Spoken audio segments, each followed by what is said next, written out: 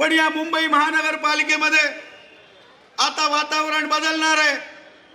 सर्व मुंबईकरांनी 1,40,00,000 मुंबईकरांनी हा निश्चय केलेला आहे। येणाऱ्या 15 तारखेची ती वाट पाहत आहेत। आदरणीय प्रसादजी, सर्व मुंबईकर, कालिदासजी, कॅप्टनजी, पाटील साहेब, आपले सर्व मुंबईकर येणाऱ्या 15 तारखेची वाट पाहत आहेत। 14 तारखेला मकर संक्रांत आहे। तिळगुळ घेऊन आपण एकमेकांचे तोंड गोड करणार आहोत। पण 15 तारखेला आपल्याला मतदान केंद्रावरती जाऊन या मुंबईच्या विकासासाठी, या मुंबईच्या सुरक्षेसाठी आपल्याला एक ठाम निर्णय करायचा आहे आणि मुंबईकरांनी तो केलेला आहे। कार्यकर्ता बंधू आणि भगिनींनो, आपल्याला फक्त लोकांच्या दारापर्यंत जायचं आहे। लोक उत्सुक आहेत। माननीय देवाभाऊंचं सरकार, माननीय एकनाथजी सारखा उपमुख्यमंत्री असलेले आपले नेते या मुंबईला अतिशय उत्तम दर्जाचं नागरिक सुविधा देण्याचं काम ते करणार आहेत। बंधू आणि भगिनींनो, बोलण्यासारखं खूप आहे पण वक्ते खूप आहे तिथे, आणि त्यामुळे आपल्याला मी एकच विनंती करेन की येणाऱ्या 15 तारखेला आपल्या आजूबाजूच्या लोकांना, आपल्या परिचयाच्या लोकांना मतदान केंद्रामध्ये जाऊन जिथे जिथे कमळाचं बटन आहे आणि जिथे जिथे धनुष्यबाणाचं बटन आहे त्या बटनासमोरील बटन दाबून आपण महायुतीच्या प्रत्येक उमेदवाराला प्रचंड बहुमताने विजयी करा अशी आपल्याला मी विनंती करतो।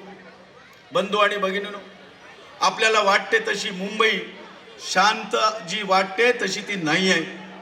काही लोक मुंबईचं वातावरण खराब करण्याचा प्रयत्न करतायत, मुंबईला असुरक्षित करण्याचा प्रयत्न करतायत, आणि ते कोण करताय?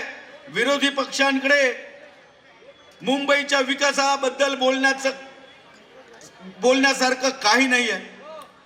भारतीय जनता पार्टी आणि शिवसेनेची आणि रिपाईची जी युती आहे, महायुती आहे, आणि या महायुतीचं सरकार ज्या पद्धतीनं आपल्या महाराष्ट्राचा असेल किंवा मुंबईचा विकास जे करतायत ते आपण सगळ्यांनी आपल्या डोळ्यांनी पाहिलेला आहे।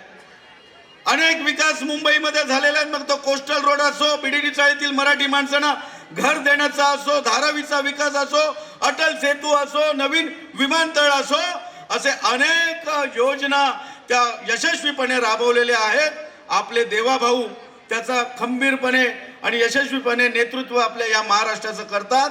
आता थोड्याच वेळात आपले देवाभाऊ आपल्या इथे येतील आणि आपल्याला मार्गदर्शन करतील। मी आपल्याला हात जोडून एवढीच विनंती करतो की येणाऱ्या 15 तारखेला आपण मतदानाचा हक्क तर बजवायचाच आहे, पण आपल्या आजूबाजूच्या लोकांना मतदान केंद्रापर्यंत घेऊन जाऊन त्यांना मतदान करायला लावायचं आहे, एवढीच मी आपल्याला इथे विनंती करतो आणि मी थांबतो। आपल्या सगळ्यांचे खूप खूप धन्यवाद। भारत माता की जय।